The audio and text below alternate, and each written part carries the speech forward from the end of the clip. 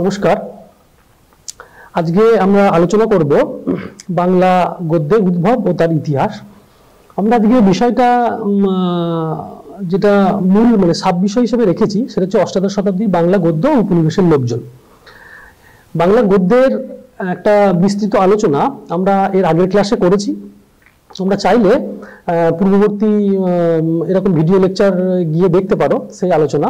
সেখানে আমরা বাংলা গদ্যের উদ্ভবের যে বিস্তৃত ইতিহাস সেই আলোচনা করেছি এবং সেখানে আমরা বিভিন্ন কথাবার্তা বলার সঙ্গে একথাও বলেছিলাম যে 1800 খ্রিস্টাব্দে ফোর্ট উইলিয়াম কলেজের প্রতিষ্ঠার মধ্য দিয়ে যে বাংলা গদ্যের সূচনা হচ্ছে বা সূচনা হয়েছে, এই যে ধারণা, এই ধারণাটাই প্রচলিত জনপ্রিয় ধারণাটা এক প্রকার নস্যাৎ হয়ে যায় আমাদের এই আলোচনা থেকে।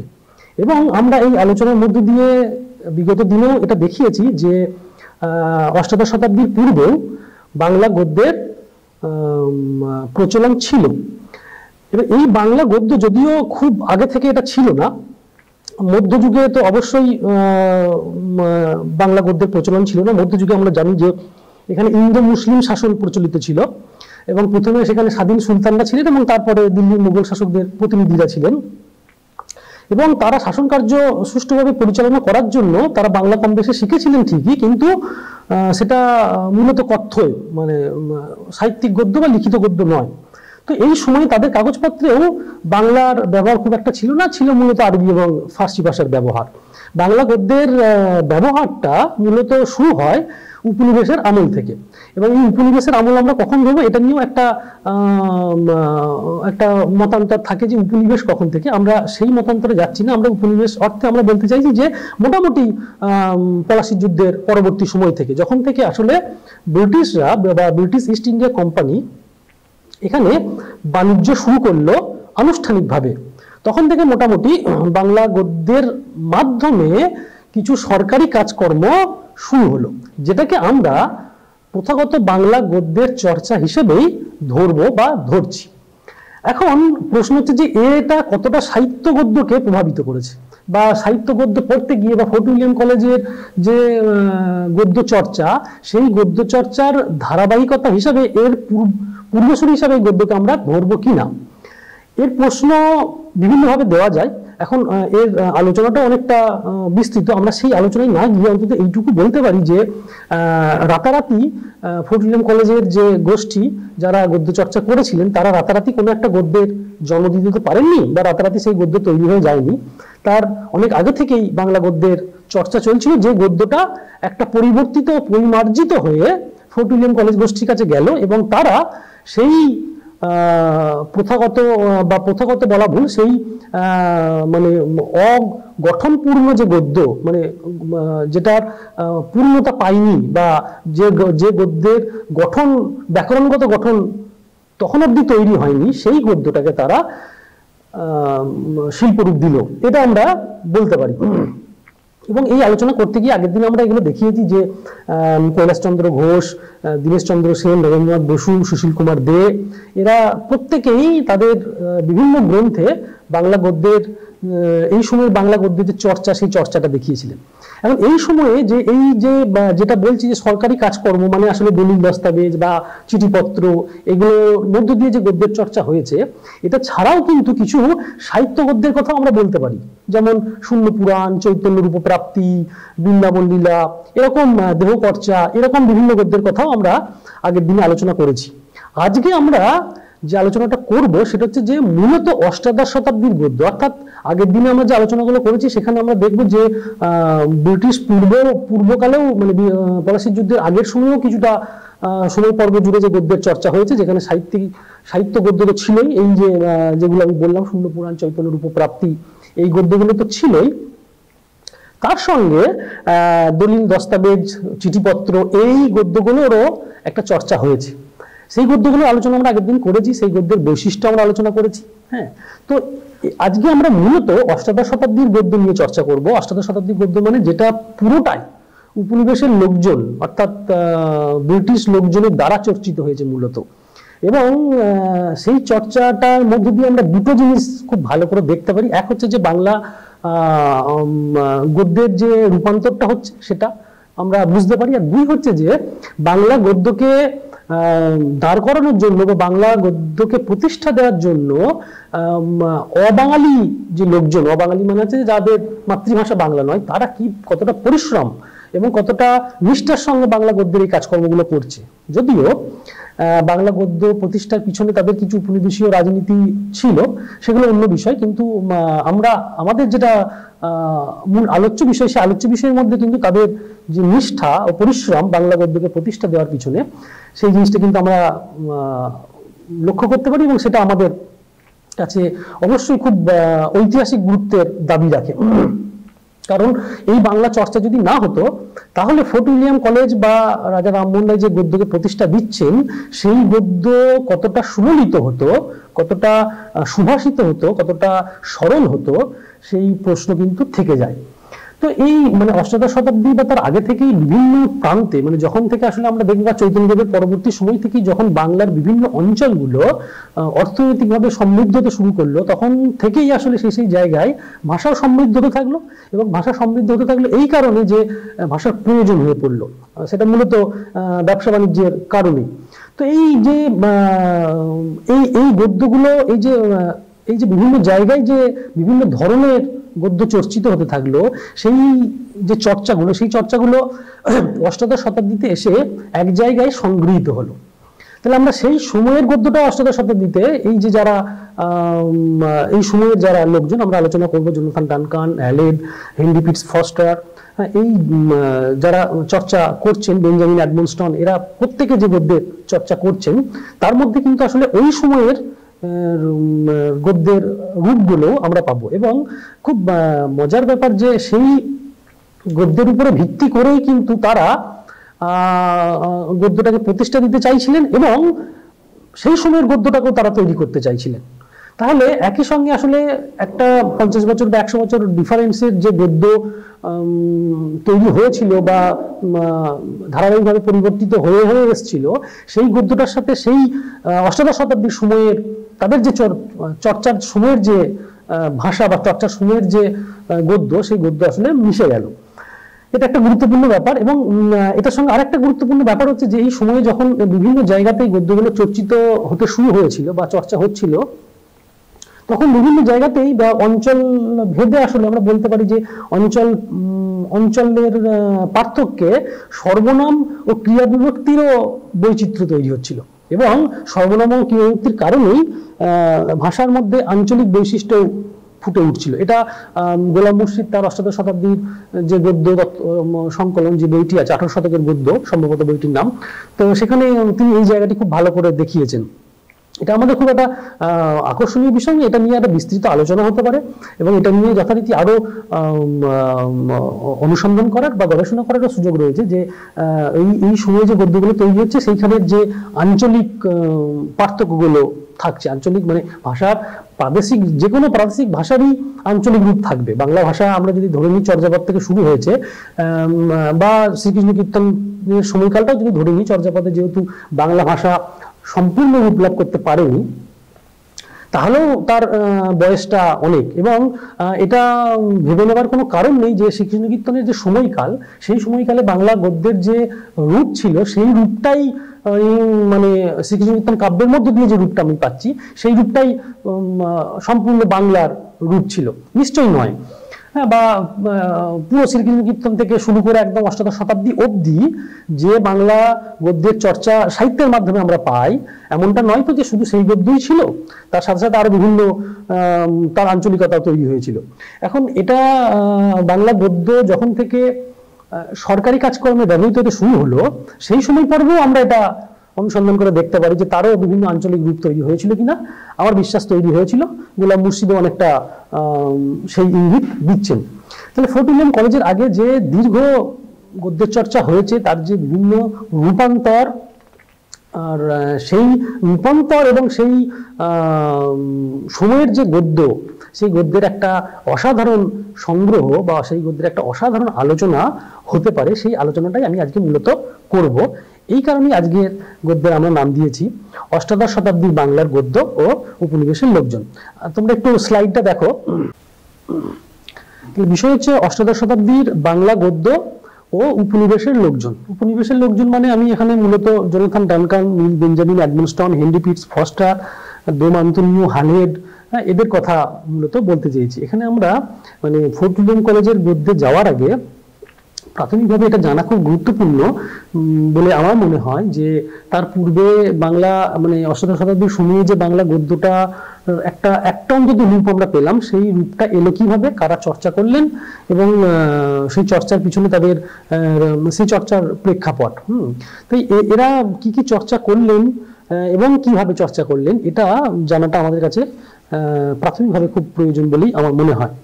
আমরা আগের দিন তো এটা আলোচনা করেছি, তোমরা জানোই এটা যে বাংলা গদ্যের যে এই যে আলোচনাগুলো, এই আলোচনাগুলোকে যারা আমাদের সামনে নিয়ে এসছেন তারা হচ্ছেন কৈলাসচন্দ্র ঘোষ, দীনেশচন্দ্র সেন, নগেন্দ্রনাথ বসু, সুশীল কুমার দে, তারপরে শিবরতন মিত্র, দেবেশ রায়, গোলাম মুর্শিদ। এরা তাদের দীর্ঘ আলোচনার মধ্যে দিয়ে এই ধরনের বিভিন্ন বাংলা গদ্যের পরিচয় আমাদের কাছে তুলে ধরেছেন এবং তাদের সুকুমার সেন, তাদের গ্রন্থগুলো ভীষণ গুরুত্বপূর্ণ।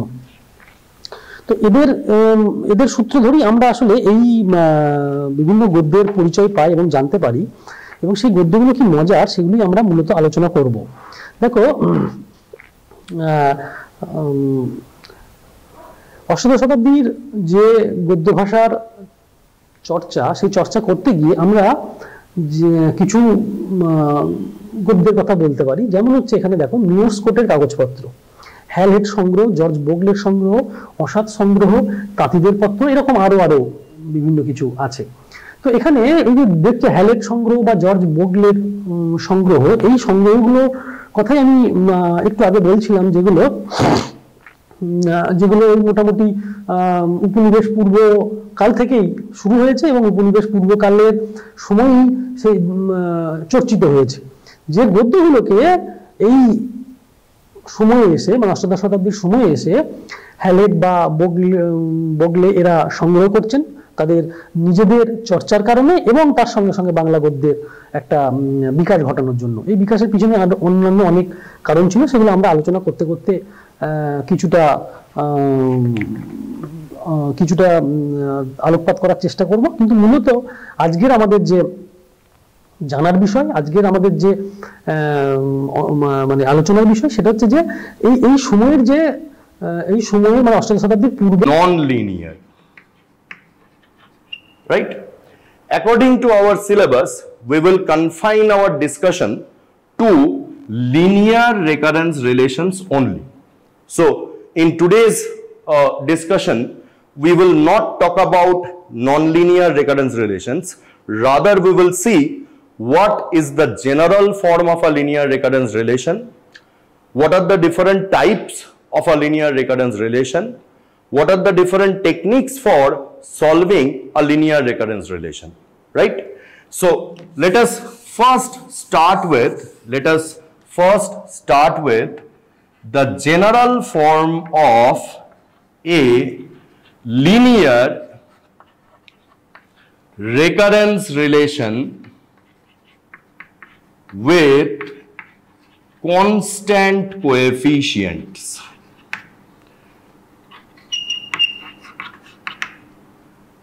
Look carefully. The general form of a linear recurrence relation with constant coefficients is maybe C0an plus C1a minus 1 plus C2an minus 2 up to some Ck an minus k is equal to some function of n, where this C0, C1, C2 up to Ck are constants.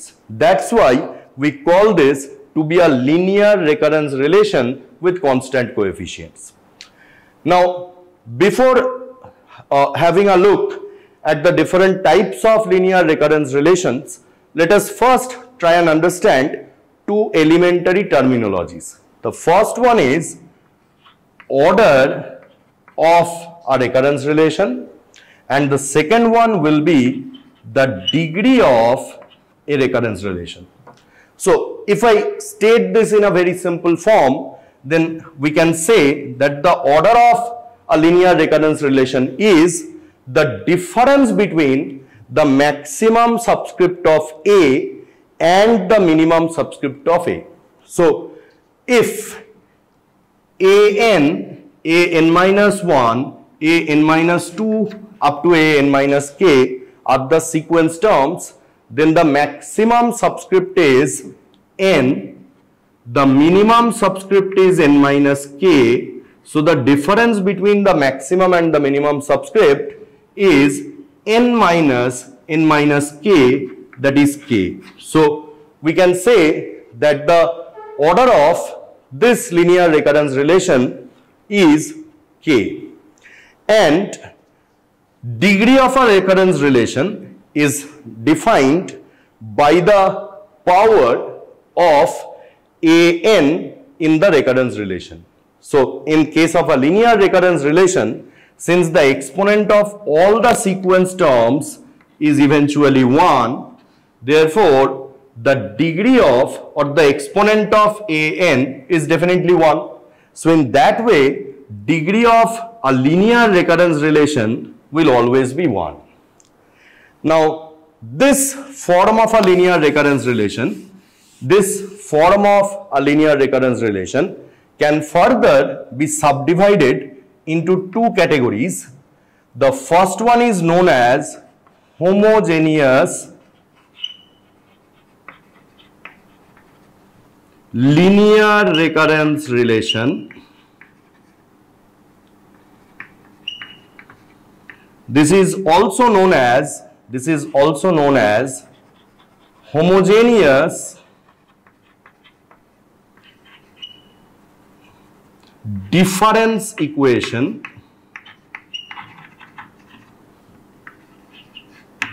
In short, we can call this an HDE, and the second form is non-homogeneous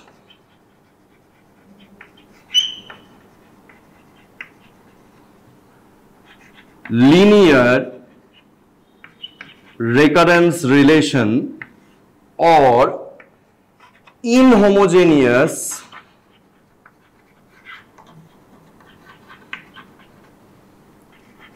difference equation, or in short IDE. Now, when a linear recurrence relation is an HDE and when a linear recurrence relation is an IDE. So, for this we must remember that whenever this function of n stated in the general form of the linear recurrence relation, whenever this function of n stated in the general form of the linear recurrence relation is 0, then it is a homogeneous one, and whenever this function of n is non-zero, it can be a constant, it can be a polynomial and so on, then it is a non-homogeneous recurrence relation, linear recurrence relation, or an inhomogeneous difference equation. For the time being, today we will see what are the different techniques for solving a homogeneous difference equation or a homogeneous linear recurrence relation. So, the different techniques that we have, to solve a homogeneous difference equation are: first one is method of characteristic roots.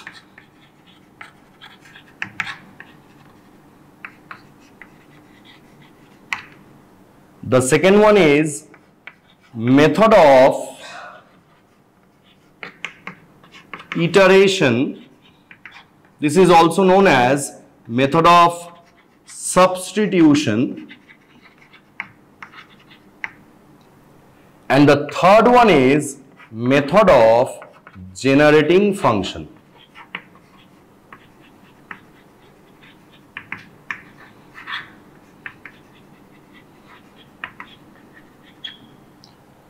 Today we want to focus on the different methods that we have for solving a linear recurrence relation with constant coefficients which is an homogeneous one by method of characteristic roots, right?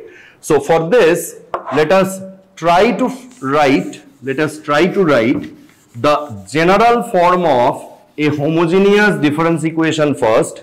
We have already seen that if the function stated in the right hand side of the general form of the linear recurrence relation is 0, then it is a homogeneous difference equation, and if it is non-zero, then it is a non-homogeneous difference equation.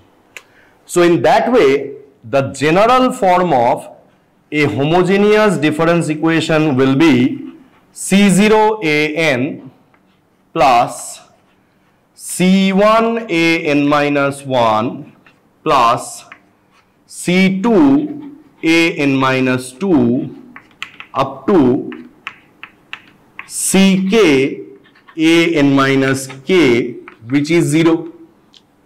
Now, in order to solve this recurrence relation, first let us assume that an is equal to r to the power order, an is equal to r to the power order, be the trial solution of the recurrence relation. Now see, if an is r to the power k, then an minus 1 will definitely be r to the power k minus 1, an minus 2 will be r to the power k minus 2, and if we continue it in this way, then an minus k will be r to the power k minus k or r to the power 0 or 1, right? So if these values are substituted in the given recurrence relation, then it forms the characteristic equation for the recurrence relation. How? The characteristic equation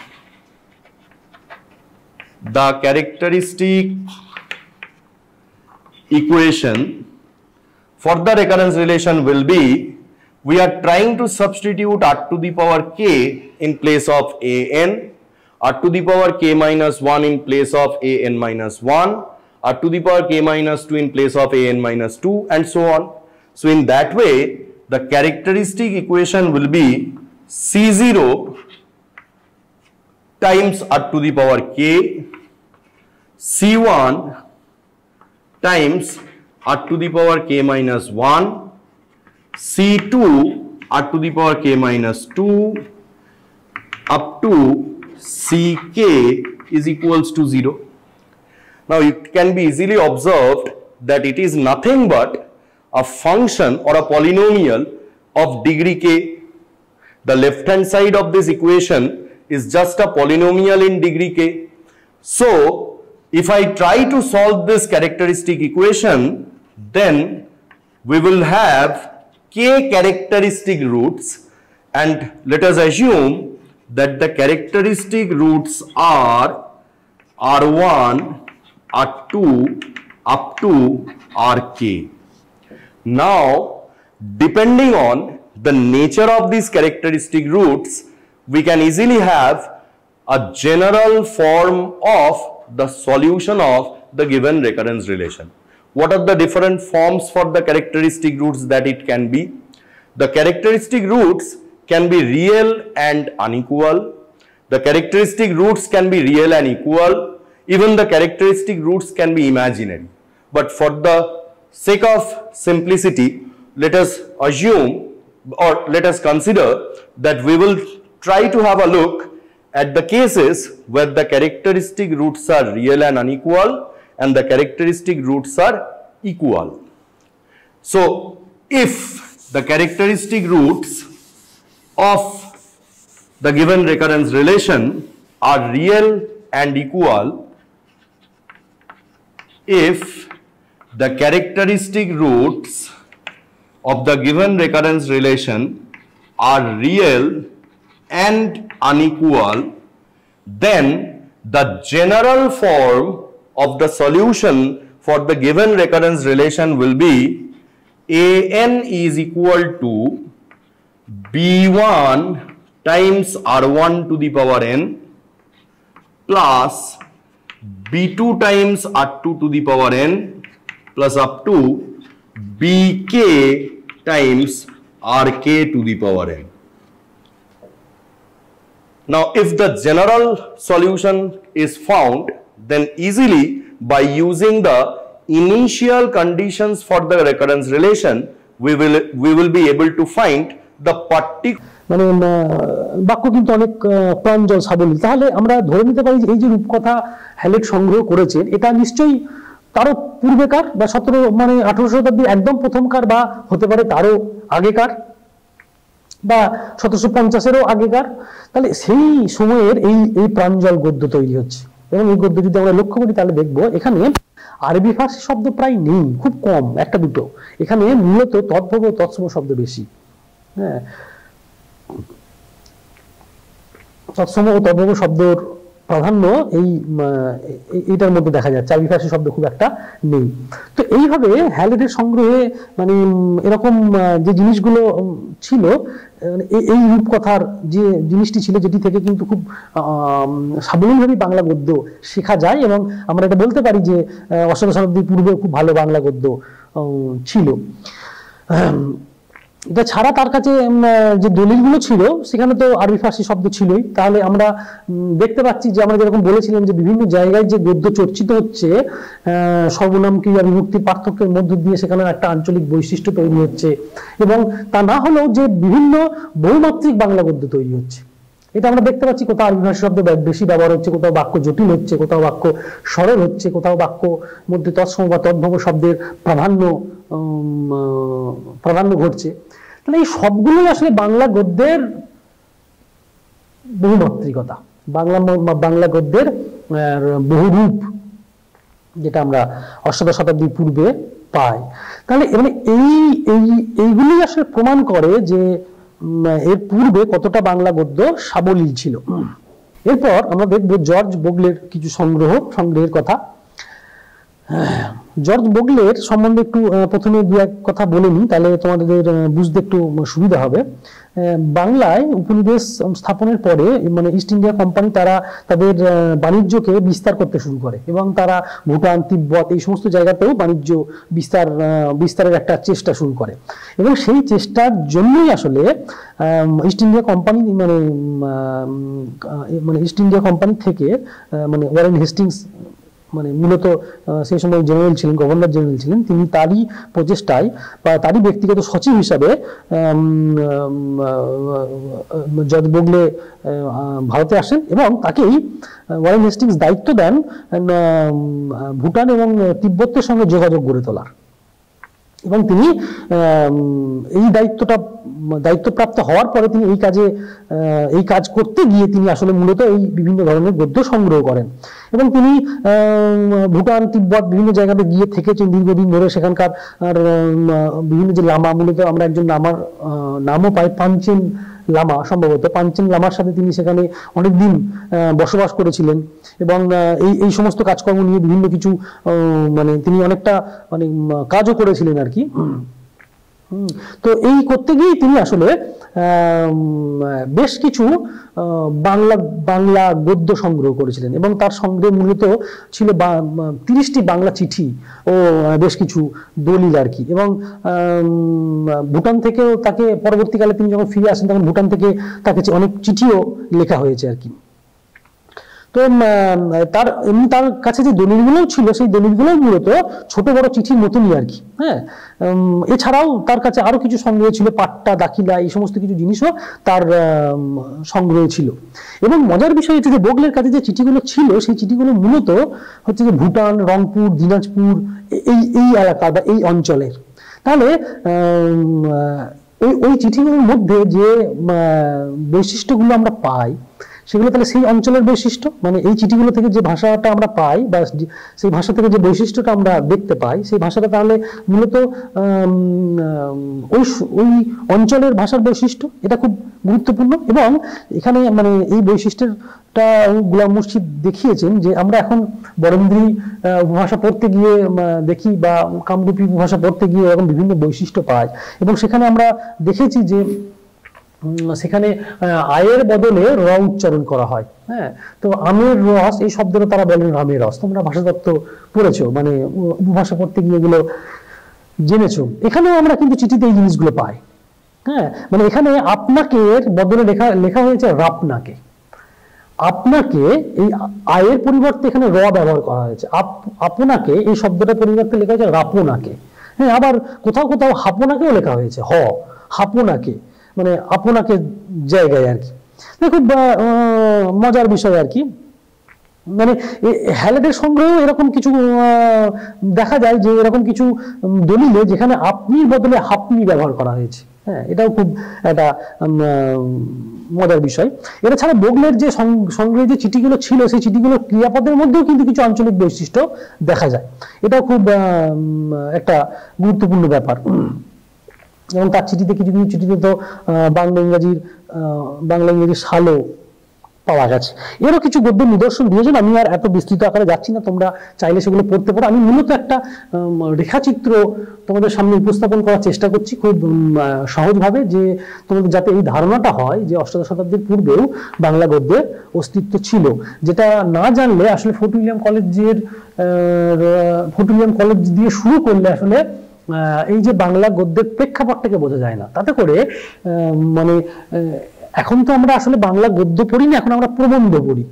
সেই প্রবন্ধ পড়তে গিয়ে আসলে আমরা গদ্যের শৈলী নিয়ে কথাবার্তা বলি ঠিকই, কিন্তু গদ্যের যে তৈরি হওয়া, গদ্য কিভাবে একজন প্রাবন্ধিক কিভাবে গদ্যটা তৈরি করছেন, হ্যাঁ, তোমরা নিজেরাও যখন পরবর্তীকালে প্রবন্ধ লিখবে তখন দেখবে যে কোনো বিষয় বা কোনো ভাবনাকে যখন তুমি বাক্যের আকার দেবে, তখন কত চিন্তা ভাবনা তোমাকে করতে হবে। কোন একটা শব্দ নিয়েও চিন্তা ভাবনা করতে হবে যে এই শব্দটাকে আমি মানে এরকম হয় না যে একটা বাক্যে কোনো একটা শব্দ তুমি ব্যবহার করেছো, সেই শব্দটার পরিবর্তে যদি তুমি একটা অন্য শব্দ ব্যবহার করতে পারো, তাহলে দেখা যাচ্ছে যে সেই বাক্যের অর্থটা ডাইমেনশনাল হয়ে যাচ্ছে।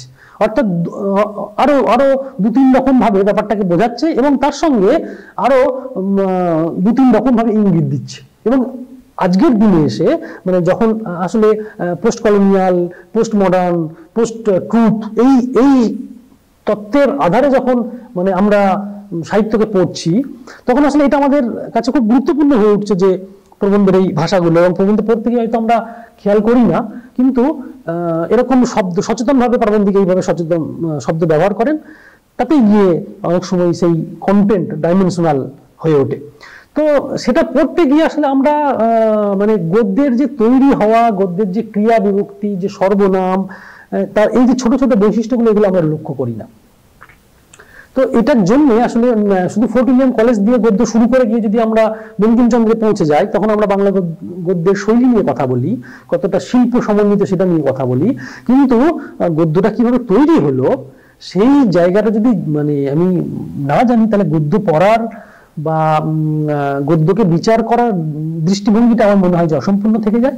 এবং তার সঙ্গে গদ্যকে পড়ার মানে প্রবন্ধ নয় আর কি, গদ্যকে আমি সচেতনভাবে গদ্যটাকেই শুধু পড়ছি, গদ্যটাকেই আমি পড়ার চেষ্টা করছি। যেমন আমরা প্রেমেন্দ্র মিত্রের গল্প পড়তে গিয়ে কখনো কখনো গল্পটাকে ছাড়িয়ে আমরা শুধু গদ্যটাই পড়তে চাই। হ্যাঁ, এরকম অনেক গদ্য থাকে, দেখা যায় যে মানে যেন ভেসে চলে যাচ্ছি, এরকম গদ্য। এই যে গদ্যকে পড়া, এই গদ্য পড়ার একটা আকাঙ্ক্ষা তৈরি হয় না যদি না আমরা এই পূর্বের এই গদ্যের তৈরি হওয়ার প্রেক্ষাপটটাকে কিঞ্চিত উপলব্ধি না করি। তো যাই হোক, এরকম বোগলের সংগ্রহে এরকম চিঠির কথা আমরা বললাম। এই চিঠিগুলো যদি আমরা দেখি, তাহলে এগুলো মূলত দেখবো সংস্কৃত প্রধান। এখানে মানে তৎসম তদ্ভব শব্দের প্রাধান্য রয়েছে। এবং এখানে আমরা বেশিরভাগ চিঠির ক্ষেত্রেই দেখবো যেগুলো অনেক পণ্ডিতের লেখা, ব্রাহ্মণ পণ্ডিতের লেখা। বেশ কিছু চিঠি ব্রাহ্মণ পণ্ডিতের লেখা, এবং সেই চিঠিগুলোতে খুব স্বভাবতই সেখানে আরবি ভাষী শব্দ থাকবে না, তৎসম তদ্ভব শব্দ থাকবে, এটাই খুব স্বাভাবিক। কিন্তু তা সত্ত্বেও তার কাছে আর যে অন্যান্য চিঠিগুলো ছিল, সে তার মধ্যে আঞ্চলিকতার ছাপ যেমন আছে, ঠিক তেমনই সেখানে আরবি ভাষী শব্দ ব্যবহৃত হচ্ছে। যেমন জবাব, মারফত, মালিক, মুরব্বী, এরকম বিভিন্ন শব্দ তার চিঠিগুলোর মধ্যে ব্যবহৃত হচ্ছে, যেগুলো মূলত আরবি ভাষী শব্দ। আচ্ছা, এরপর আমরা অসৎ কথা পাই। যিনি অসতের কথা বলতে গেলে এটা বলা হয় যে 1759 থেকে 85 সাল পর্যন্ত তিনি চন্দননগরের যে ফরাসি উপনিবেশ ছিল সেখানে সরকারি দোভাষী হিসাবে তিনি কাজ করতেন। হ্যাঁ, এবং তিনি একই সঙ্গে ভাষাবিদও ছিলেন আর কি। তো এই তিনি কবে বাংলায় কবে এসেছেন বা বাংলা শিখেছেন কিনা এই সম্বন্ধে খুব একটা কিছু জানা যায় না, কিন্তু তার অসতের কাছেও তারও ব্যক্তিগত সংগ্রহে বেশ কিছু চিঠি ছিল। হ্যাঁ, অসতের সংগ্রহে আমরা এরকম জানতে পারি যে প্রায় 250 চিঠিপত্র ছিল এবং বেশ কিছু দলিল দস্তাবেজও ছিল, এবং তার দুটো চিঠিপত্রের সংকলন তার কাছ থেকে পাওয়া গেছে, প্রথম সংকলন ও দ্বিতীয় সংকলন। প্রথম সংকলনে মোট 104টি এবং দ্বিতীয় সংকলনে 75টি চিঠি পাওয়া গেছে। প্রথম সংকলনে যে চিঠিপত্রগুলো পাওয়া গেছে সেই চিঠিপত্রগুলোর বেশিরভাগই দেখা যাচ্ছে যে পারিবারিক চিঠিপত্র। পারিবারিক চিঠিপত্র সেই চিঠিগুলো হয়তো কোনোটা বাবা ছেলেকে লিখছে, বা ছেলে বাবাকে লিখছে, বা কাকা ভাইপোকে লিখছে, বা ভাই দিদিকে লিখছে, মামা ভাগ্নেকে লিখছে, এরকম আর কি পারিবারিক চিঠি আর কি।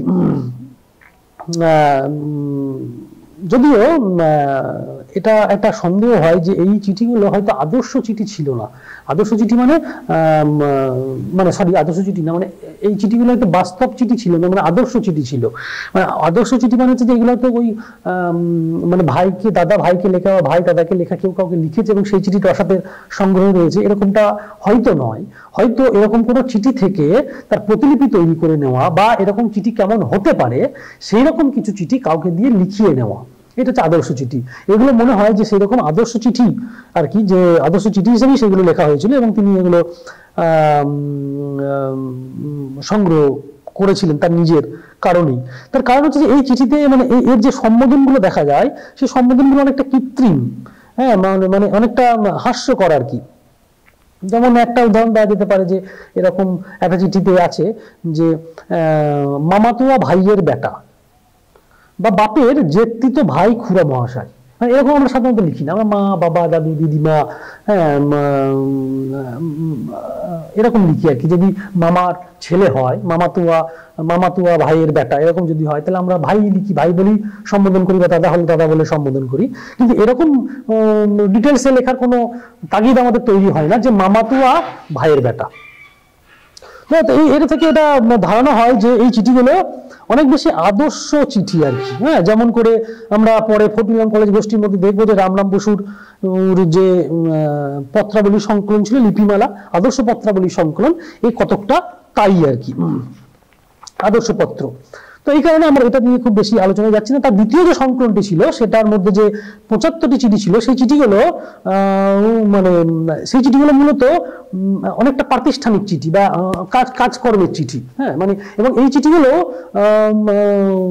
সংকলন করে নেওয়া, এবং এই চিঠিগুলো কোনো একজন মানুষই নকল করা, তিনি হয়তো কোনো চিঠি থেকে নকল করেছেন। তো এখানে যে চিঠিগুলো আছে সেগুলো কোনো জমিদারকে নিবেদন করে লেখা, বা কোনো নালিশপত্র, বা কোনো জমিদারের জবাব, এরকম আর কি। হ্যাঁ, এই ধরনের চিঠি। প্রথম চিঠিতে যেমন পারিবারিক ছিল, এই চিঠিটাতে তেমন নয়। তো অসৎ যে চিঠিপত্রের নমুনাগুলো সংগ্রহ করেছিলেন সেখানেও দেখা যায় যে সেখানে প্রচলিত বাংলার তুলনায় আরবি ফার্সি শব্দের অনুপাত কম অনেকটা, এবং তার অবশ্য একটা কারণ এটা হতে পারে যে সেগুলোর বেশিরভাগটাই ছিল পারিবারিক চিঠি, সেই কারণে হয়তো এটা ঘটছে। এবং পারিবারিক পরিসরে যে বিভিন্ন কথাবার্তাগুলো হবে আর কি, সেই কথাবার্তার মধ্যে এমন কোনো শব্দের প্রয়োজন হবে না যে শব্দ যেখানে হয়তো বাংলা শব্দ ভাণ্ডারে সে শব্দ পাওয়া যাচ্ছে না, বা আরবি ফার্সি শব্দের দ্বারস্থ হতে হচ্ছে। এই একটা কারণ হতে পারে। তো অ্যাজ ইউজুয়াল অসতের সংগ্রহের মধ্যে যে চিঠিগুলো ছিল তার মধ্যে আরো নতুন কিছু বাংলা গদ্যের যে বৈশিষ্ট্য উঠে আসছে এমন কিছু নয় আর কি।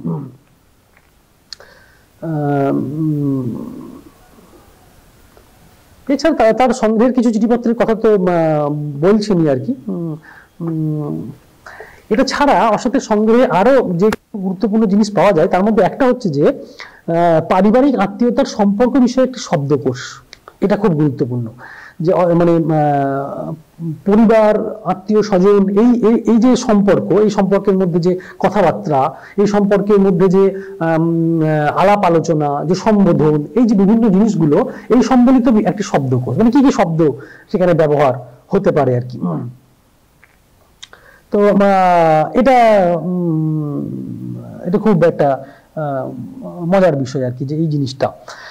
তো এই সম্পর্ক অভিধান ছাড়াও মানে অসাত একটি বহুভাষিক অভিধান তৈরি করেছিল যে হাতে লিখে, এবং এটা প্রায় 83 পৃষ্ঠার এই বহুভাষিক অভিধান ছিল, এবং প্রত্যেকটি পৃষ্ঠায় প্রায় 50টা করে শব্দ ছিল।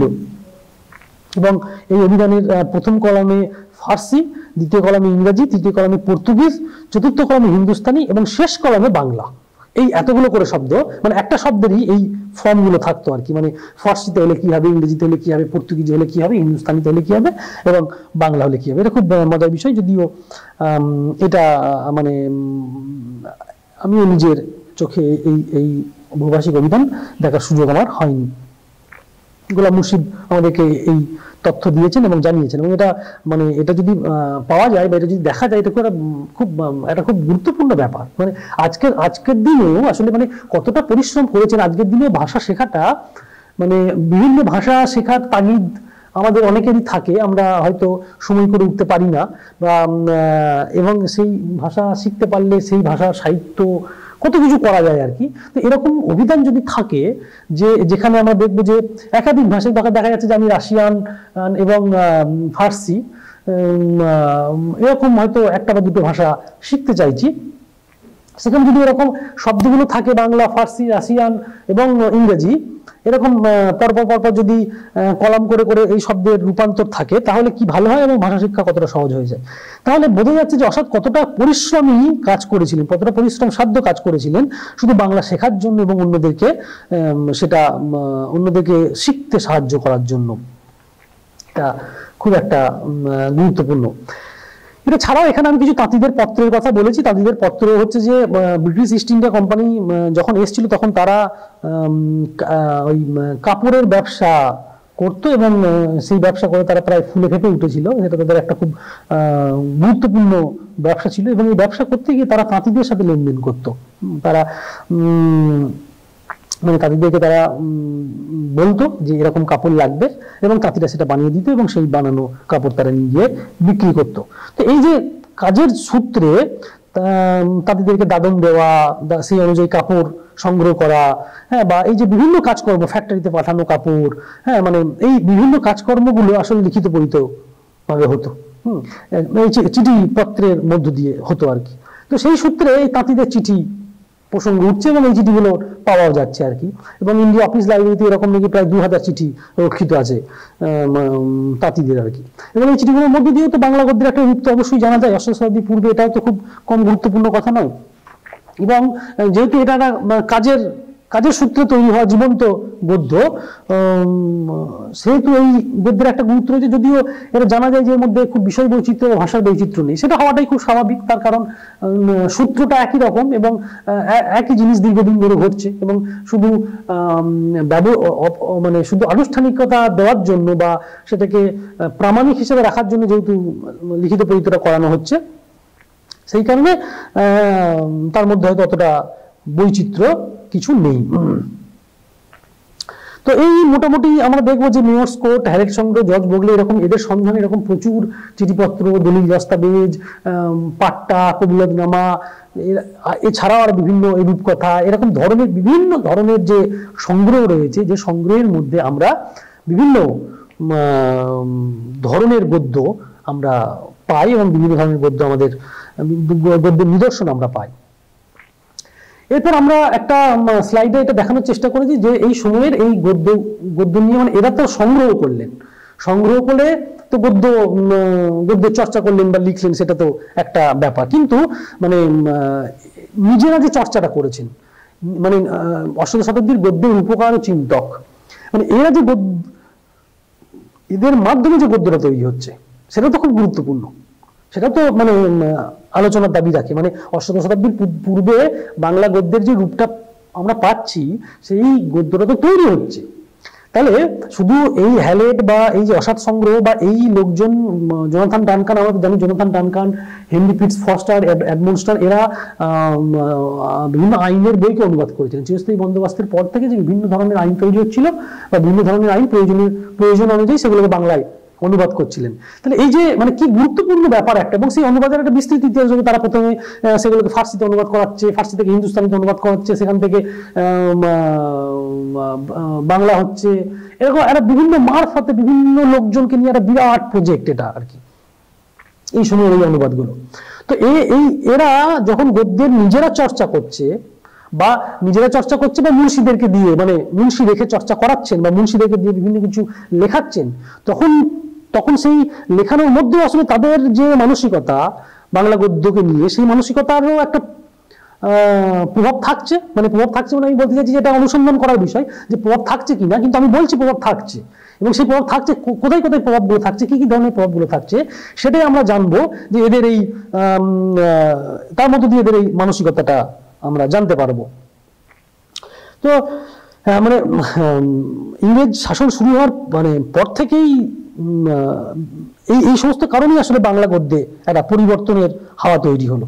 এবং ইংরেজরা তো বণিক হিসেবে এসেছিলেন, মানে সামন্ততান্ত্রিক, মানে ইংরেজরা আসার আগে যে সামন্ততান্ত্রিক সমাজ ব্যবস্থা ছিল, সেই তার সাথে ইংরেজরা আসার পরে যে সমাজ ব্যবস্থা বা তাদের চরিত্র তো অনেকটাই আলাদা।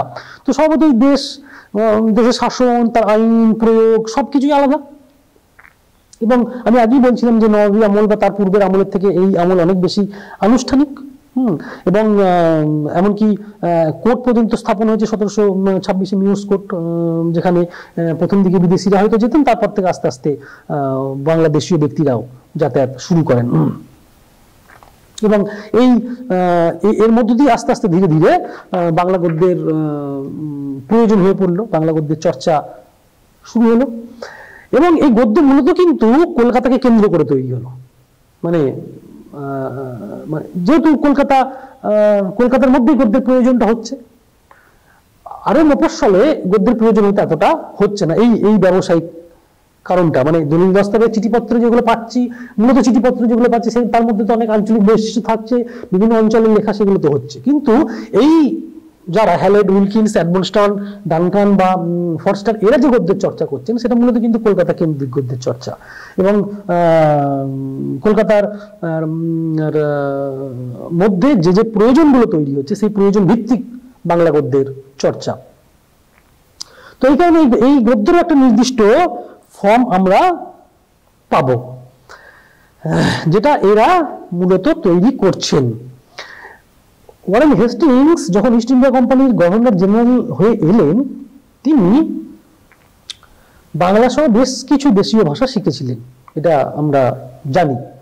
তো তিনি যখন ফিরে গেছিলেন, তখন এখান থেকে অনেক জিনিস নিয়ে গিয়েছিলেন, তার সাথে কিছু দেশীয় গাছপালাও ছিল। অর্থাৎ তিনি এই বাংলার প্রতি কতটা, মানে এই অঞ্চলের প্রতি কতটা একটা নস্টালজিক হয়ে পড়েছিলেন। এবং তিনি এটা আন্তরিকভাবে মনে করতেন যে কোম্পানির যে কর্মচারীরা, মানে ইংরেজ কর্মচারী যারা, তারা দেশীয় ভাষা এবং তার যে সংস্কৃতি, তার সাথে যদি পরিচিত না হয়, তার সাথে যদি সেটাকে যদি অ্যাডাপ্ট না করতে পারে, তাহলে শাসন ব্যবস্থাটাকে খুব সুচারুভাবে সম্পন্ন করা সম্ভব হবে না। এই কারণে তিনি কর্মচারীদের, মানে তিনি যখন গভর্নর জেনারেল, তিনি তখন কর্মচারীদের, মানে কোম্পানির কর্মচারীদের দেশীয় ভাষা শেখার জন্য উৎসাহিত করতে লাগলেন। এবং কিভাবে উৎসাহিত করতে থাকলেন? তিনি মানে এই উৎসাহ কেবল মৌখিক নয়, মানে তিনি সকলকে বলছেন যে তোমরাও বাংলা শেখো, বাংলা শিখলে শাসন ব্যবস্থা ভালো করে সম্পন্ন হবে, সুচারুভাবে সম্পন্ন হবে, শেখা প্রয়োজন। শুধু মৌখিক আশ্বাসই নয়, তিনি এই কর্মচারীদের দেশীয় ভাষা শেখার জন্য প্রতিটি মুন্সিকে, মানে মুন্সি বাবদ আর কি, মানে প্রতিটা ভাষার জন্য 25 টাকা করে দিতেন, প্রত্যেকটা ভাষা শেখার জন্য। মানে বাংলা ভাষা শিখতে গেলে একজন মুন্সি রাখতে হবে, এবং সেই মুন্সি বাবদ তাকে 25 টাকা দেওয়া হবে। ঠিক এইভাবে তিনি যতগুলো ভাষা শিখতে চাইবেন তিনি শিখতে পারেন, এবং তত ইন্টু 25 তাকে দেওয়া হবে। এবং শুধু তাই নয়, দেশীয় ভাষা জানলে তার পদোন্নতিও দিতে হবে, এটাও এখানে তিনি বললেন। এবং এটা একটা পুরো, মানে কি বলবো, যে এটা পুরো একটা হইচই তৈরি করে দিল, মানে একটা পুরো, মানে প্রচুর জনপ্রিয় হলো এই ব্যাপারটা। এবং এরা প্রত্যেকেই মানে এই ফস্টার, এডমন্ডস্টন, ডানকান, এরা প্রত্যেকে, উইলকিন্স, হ্যাঁ, হ্যালেড, এরা প্রত্যেকে এই কাজটা করতে শুরু করলেন। যদিও এখানে তাদেরও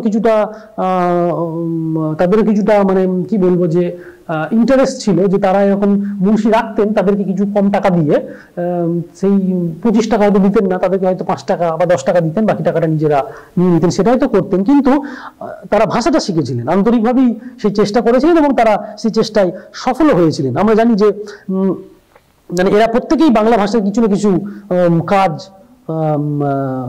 করে গেছেন আর কি। হ্যালেড তো একটি গ্রামার অফ বেঙ্গলি ল্যাঙ্গুয়েজ, এটা তো আছেই, আমরা জানি।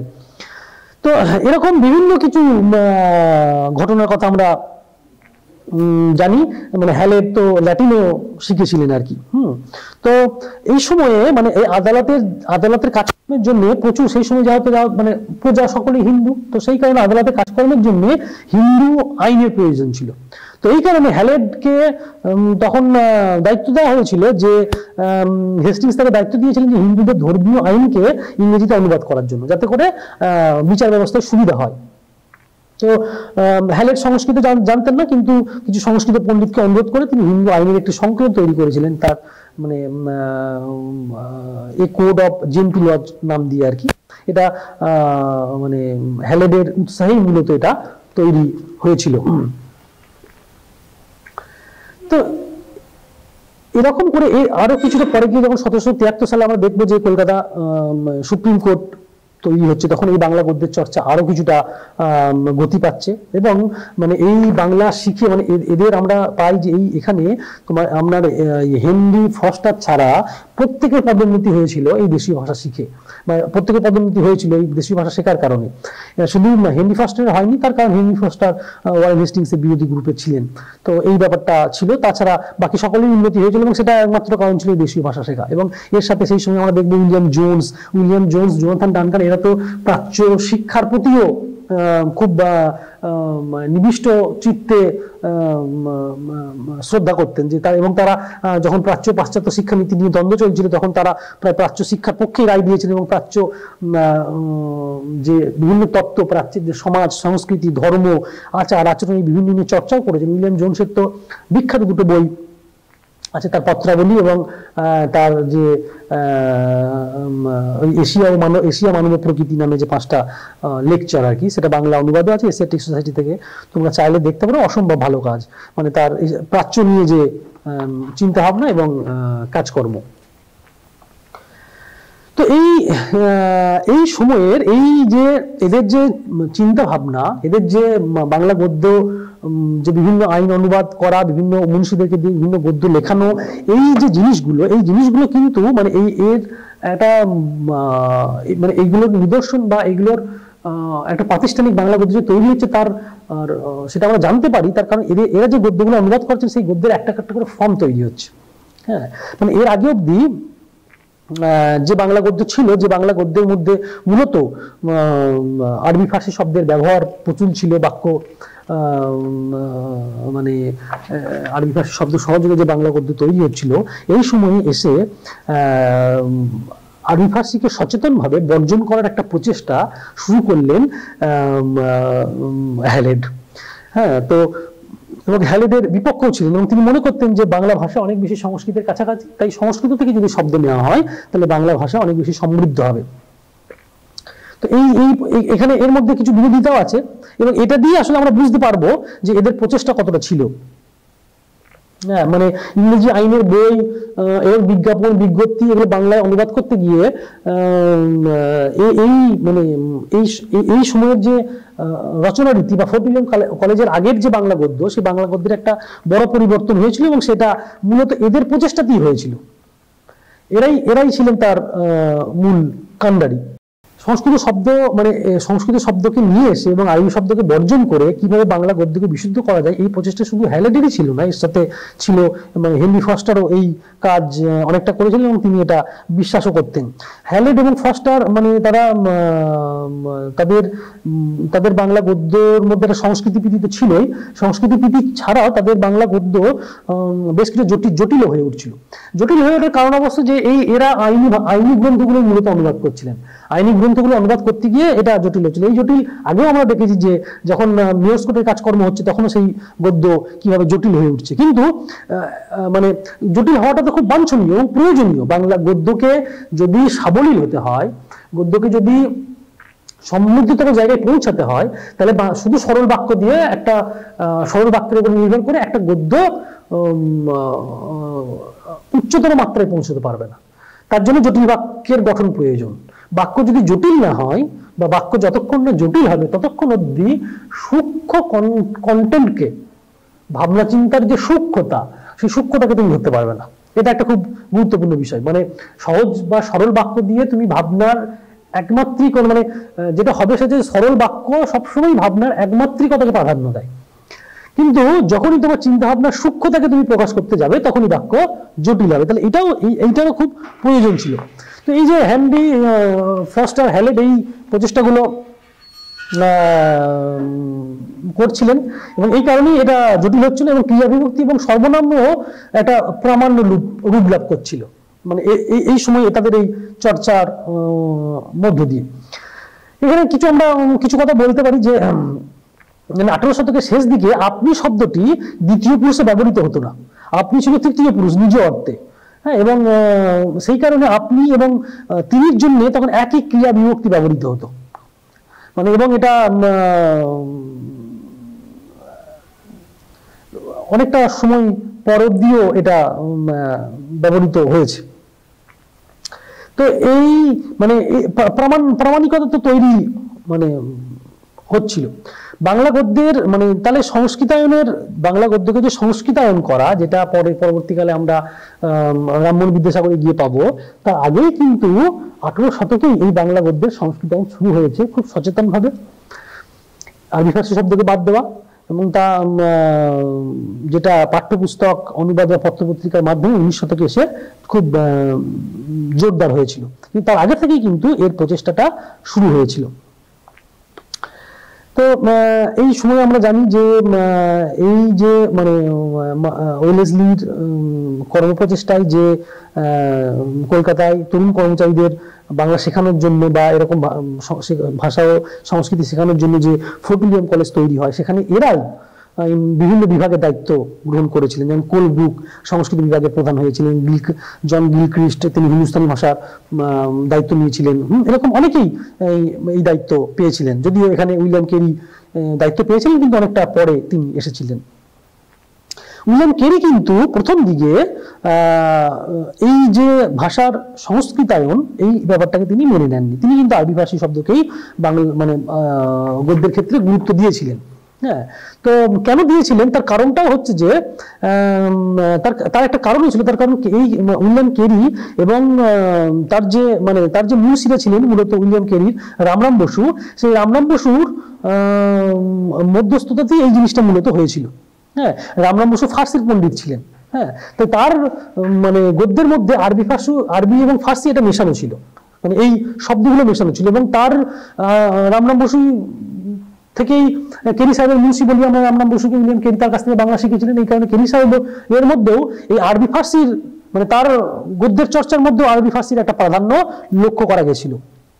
এবং তিনি এটা মেনে নিয়েছিলেন আরো বেশ কিছু কারণে। কারণ তিনি এটা বিশ্বাস করতেন যে আরবি ফার্সি শব্দ দিয়ে আসলে সাধারণ মানুষের কাছে অনেক বেশি পৌঁছানো যাবে, বাংলা ভাষাটাকে অনেক বেশি সরল করা যাবে এবং সরল সাবলীল করলে সেই ভাষার মধ্য দিয়ে সাধারণ মানুষের কাছে অনেক বেশি পৌঁছানো যাবে। এবং সাধারণ মানুষের কাছে পৌঁছানোর তাগিদ তার অনেক বেশি ছিল এই কারণে যে তিনি একজন ধর্ম প্রচারক ছিলেন, খ্রিস্ট ধর্মের প্রচারক ছিলেন। এবং সেই কারণেই তাকে প্রথমে ফোর্ট উইলিয়াম কলেজে চাকরি নেওয়া হয়নি এবং কলকাতাতেও তাকে ঢুকতে দেওয়া হতো না। তারপরে অনেক পরে বিভিন্ন কিছু পরে উইলিয়াম কেরিকে মানে ফ্রান্সিস বুকাননের মধ্যস্থতায় তিনি এখানে চাকরি পেয়েছিলেন। কিন্তু উইলিয়াম কেরি প্রথমে সংস্কৃতায়নের পক্ষে ছিলেন। যদিও এই ধারণা তার পরবর্তীকালে কিন্তু পাল্টে যায়। আমরা দেখবো যে 1801 সালে কেরি যে বাংলা ব্যাকরণ লেখেন তাতে তিনি প্রথমে আরবি ফার্সি সম্পর্কে মন্তব্য করেছিলেন যে আরবি ফার্সি শব্দই ভালো এবং আরবি ফার্সি শব্দ মধ্য দিয়ে বাংলা ভাষাকে আসলে আরবি ফার্সি শব্দ বিকৃত না করে এবং সমৃদ্ধ করবে, এরকম কথা তিনি বলেছিলেন। যদিও এই কথাকে তিনি আবার তার যে দ্বিতীয় সংস্করণ, সেই দ্বিতীয় সংস্করণে তিনি এটাকে পাল্টে নিয়েছিলেন এবং পাল্টে নিয়ে তিনি হ্যালেটের মতের পক্ষে রায় দিয়েছিলেন। হ্যাঁ, এবং সেখানে তিনি মানে বলেছিলেন যে ভারতবর্ষ অন্যান্য ভাষার তুলনায় বাংলা ভাষা সংস্কৃতির অনেক নিকটবর্তী এবং তাই সেই কারণে বাংলার মধ্যে অনেক বেশি সংস্কৃত ভাষা আছে, এই কারণে সংস্কৃতকে প্রাধান্য দেওয়াটাই অনেক বেশি যুক্তিযুক্ত। তো কেরি সাহেব তো আমরা জানি কেরি সাহেব কিছু গদ্য লিখেছেন ফোর্ট কলেজ, যখন আমরা পড়বো সেগুলো আলোচনায় যাব। এর আগে আমরা যেটা বলে নিয়েছি যে জোনাথন ডানকানের এখানে উল্লেখ নেই, কিন্তু জোনাথন ডানকানও কিছু অনুবাদ তিনি করেছিলেন, মানে আইনের বইয়ের কিছু অনুবাদ করেছিলেন এবং তার অনুবাদের মধ্যেও আমরা দেখব যে তার অনুবাদের মধ্যেও মানে বিভিন্ন শব্দের বানানগুলোকে তিনি মানে প্রথম সংস্করণের পরে দ্বিতীয় সংস্করণ যখন করেন তখন সেগুলোকে সংস্কৃতের আদলে বদলে নেওয়ার চেষ্টা করছিলেন। হ্যাঁ, যেমন আমি যদি এক দুটো উদাহরণ দিই তাহলে দেখবেন যে স্থগিত দন্তস্বরে থয়ে কয়ে আসছি ত, এখান থেকে তিনি পাল্টে করলেন স্থগিত। হ্যাঁ, তারপরে তিনি পারেন সেটাকে করে দিলেন তিনি পারেন, মানে মূর্ধন্য করলেন আর কি। হ্যাঁ, তো এরকম বিভিন্ন পরিবর্তনগুলো তিনি করছিলেন। এরকম প্রত্যেকেই আর কি, যে প্রত্যেকেই যে তার যে বিভিন্ন গ্রন্থগুলো অনুবাদ করছিলেন, আইনের যে বিভিন্ন গ্রন্থগুলো, তার মধ্যে এগুলো আমার হেনরি ফিটস ফার্স্টের তো 5-6টি আইনের বই প্রকাশিত হয়েছিল। হ্যাঁ, এবং মানে বাংলা ইংলিশ দুটো ভার্সনই প্রকাশিত হয়েছিল। প্রত্যেকেরই এই বেঞ্জামিন এডমন্ডস্টন এরা প্রত্যেকেরই বিভিন্ন অনুবাদ, বিভিন্ন গ্রন্থ তারা সেই সময়ে লিখছেন এবং একটা বাংলার একটা গুরুত্বপূর্ণ ভূমিকা তারা রেখে যাচ্ছেন। এই গদ্যটাই তাহলে তোমরা আমাদের দেখতে হবে। আমি এই যে গদ্যের বৈশিষ্ট্যগুলোর কথা বলছিলাম, যে অষ্টাদশ শতাব্দীর যে গদ্য এবং গদ্যের গঠনের যে প্রাথমিক রূপ, অর্থাৎ ফোর্ট উইলিয়াম কলেজের জাস্ট আগে যে এসে যে বাংলা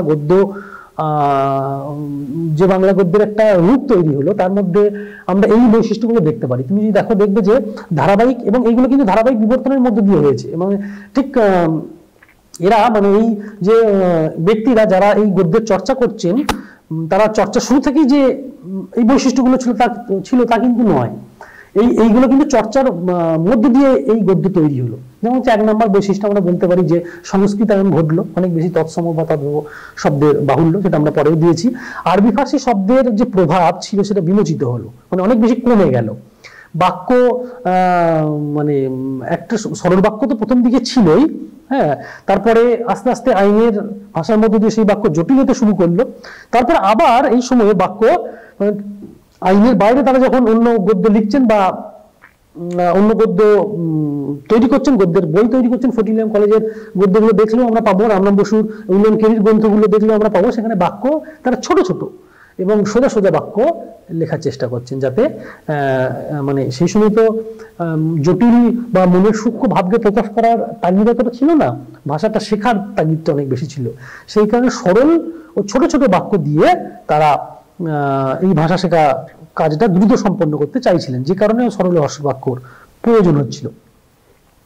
তো এই মোটামুটি আমাদের আলোচনা, যেখানে আমরা দেখানোর চেষ্টা করছিলাম যে অষ্টাদশ শতাব্দীর পূর্বে যে বাংলা গদ্যের চর্চা হয়েছে, মানে অষ্টাদশ শতাব্দীর পূর্বে, ঊনবিংশ শতাব্দীর পূর্বে অর্থাৎ অষ্টাদশ শতাব্দীতে উপনিবেশের লোকজনের দ্বারা যে বাংলা গদ্যের চর্চা হয়েছে, সেই বাংলা গদ্য এবং তার যে অল্প বিস্তর বৈশিষ্ট্য, সেই বৈশিষ্ট্যের কথা মোটামুটি আজকে আমরা আলোচনা করলাম। তোমরা বিভিন্ন গদ্য গ্রন্থ, বিভিন্ন গ্রন্থগুলো দেখলে পাবে। মূলত গোলাম মুর্শিদের 18 শতকের গদ্য ইতিহাস ও সংকলন একটি বই আছে, সেই বইটি দেখলেও তোমরা পাবে। অনেক আলোচনা খামতি রয়ে গেল, সময়ের অভাবে আমরা করতে পারলাম না। আর একটু বিশেষ আলোচনা 3টে গ্রন্থ নিয়ে আমরা করবো ভেবেছিলাম। এখানে এই 3টি গ্রন্থের কথা আমরা অতটা বলতে পারলাম না। আমরা চেষ্টা করবো পরে কোনো ক্লাসে কোনো প্রসঙ্গে হোক বা এই আলোচনার সূত্রেই হোক এই গ্রন্থগুলো সম্পর্কে অল্প বিস্তর বলে নেওয়া। এই গ্রন্থগুলো খুব মজার, মানে এগুলো বলতে শুরু করলে আসলে প্রত্যেকটা গ্রন্থ নিয়ে আসলে 1 ঘন্টা করে বলতে হবে। তো আমি চেষ্টা করবো পরে কখনো কোনো ক্লাসে এই গ্রন্থগুলো নিয়েই আসলে কিছু তার সেই গদ্যের নিদর্শন, সেই গদ্যের মানে সেই গ্রন্থগুলোর কিছু কিছু চিত্রলিপি স্লাইডের মাধ্যমে তুলে দিয়ে তোমাদের কাছে উপস্থাপন করা, এগুলো দিয়ে আমরা চেষ্টা করব। বাকি আশা করি 19বিংশ শতাব্দীর পূর্বে অষ্টাদশ শতাব্দীতে যে গদ্যের চর্চা হচ্ছে, যে গদ্য কিন্তু ফর্মাল গদ্য নয়, মানে যে গদ্য সম্পূর্ণ নয়, মানে তখনও মানে ফোর্ট উইলিয়াম কলেজের আগে যে গদ্যর চর্চাটা এই উপনিবেশের লোকজন করলেন, সেই গদ্যটা কিন্তু তারা কোনো প্রাতিষ্ঠানিক রূপ দিতে পারেননি, কিন্তু একটা মানে চর্চাই করে যাচ্ছে, সেটা চর্চার পথে, কিন্তু একটা অন্তত তার মানে একটা অন্তত ফর্ম, একটা অন্তত গঠন তার হয়েছে, একটা অন্তত রূপ তার আমরা পেয়েছি। এবং এই গদ্য চর্চার ইতিহাসটা বা এই গদ্য যারা চর্চা করেছেন তাদের সেই চর্চার যে ইতিহাস, এই ইতিহাসটা খুব অনুকূল ছিল না, প্রচুর প্রতিকূলতার মধ্যে দিয়েই তারা এগুলো সংগ্রহ করেছেন এবং পরিশ্রম এবং নিষ্ঠার সঙ্গে তারা বাংলা গদ্যের চর্চা করেছেন। তো এটা এই জায়গাগুলো আমরা যদি একটু আমাদের যদি ধারণাটা পরিষ্কার হয়, তাহলে আমার বিশ্বাস যে বাংলা গদ্য সম্পর্কে আমাদের আরো আকর্ষণ জাগবে এবং আধুনিক যুগের বাংলা গদ্য পড়তে আমাদের অনেক বেশি সুবিধা হবে। আজকে অবধি থাক, বাকি আমরা চেষ্টা করব পরের ক্লাসে আরো কিছু আলোচনা করার।